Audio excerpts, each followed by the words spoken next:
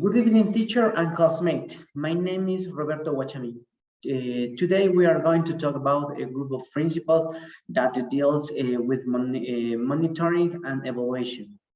Before I continue, I must mention that my previous video was censored by YouTube because I do see a video that was copyrighted.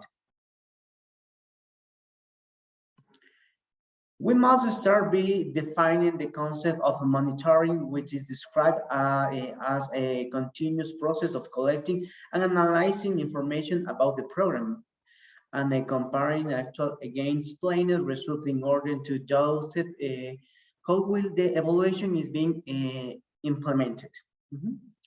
It uses that generated by the program itself, for example, the characteristic of individual participants, enrollment and attendance, and of the program situation of the beneficiary of cost of the program.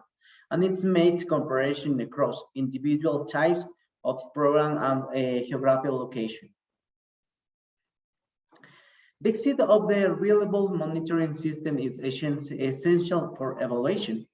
Not let's define the term evaluation, which mentioned that is a process that systematically and objectives assessment of the element of program. For example, the same implementation and result achievement to determine its overall worth or significance.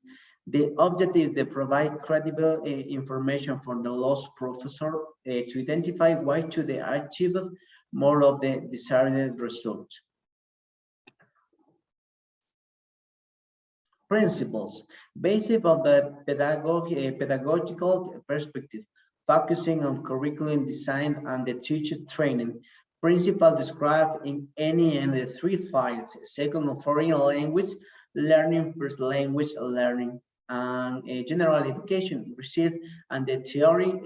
The best possible coverage of language use is the main purpose of language course, which needs to be provided through in conclusion of item occurring frequency in the language, so that the learner get the best return to their learning effort within the domain of a content and sequencing, format and presentation, and also monitoring and the assessment. Following examples are the respective represented by nation of McAllister, 2010. The number one is the content and sequencing. The number two, the format and presentation. The number three is monitoring and assessment.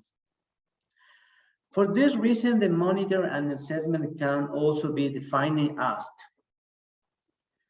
the selection, graduation, presentation, and assessment of the materials in the language course should be based on a careful consideration of the learner and their needs, the teaching condition, and the time of the result available. Learners should receive helpful feedback will allow them to improvise to quality of their language use. The monitoring and assessment can be both information and effective goals that they can provide the teacher and learners with information about the learner's present knowledge and the progress, and a mean of encouraging involvement and the participation. Type of monitoring and assessment. The purpose is to make sure the learners will get the most benefit from the course. This involves careful observing the learning and the course and suggesting change of the course and the way this is run. Let's look at the major types of monitoring and assessment that can occur as part of the course. The number one, we have these examples: placement assessment. The aim of the testing is to ensure to the course is not going to be too easy or too difficult for the learner. The number two is observation of learning. While the course is during the activity that the learners do the careful monitoring to see this particular activity is likely to achieve its learning goal. The number three is short-term achievement incentive. At the regular interval during the course, The learners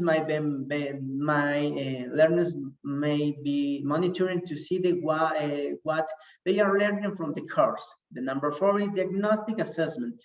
In order to plan a program, it's useful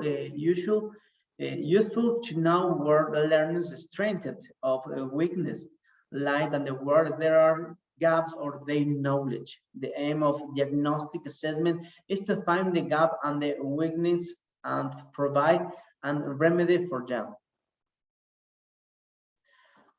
The number 5 is achievement assessment, usually at the end of the course, perhaps at 1 or 2 or other points during the course. The learners are assets on they have learning from the course. This may have the purpose of examining the effectiveness of the course as much as testing the learners. The finally 6 is proficiency assessment. Proficiency assessment is based on item drop from the language as a whole rather from the content or the particular course. It tries to measure learners' language knowledge in relation to other learners who may have studied different courses, or in a relation to areas to language knowledge that are often and analyze of the language. In conclusion, we must see how the curriculum design the model applied to a daily work of teacher language classes. The reason for doing this also show that even decisions which just related to parallel lesson could be improved by an understanding or the wider curriculum design process. That's all until the next opportunity. Bye-bye.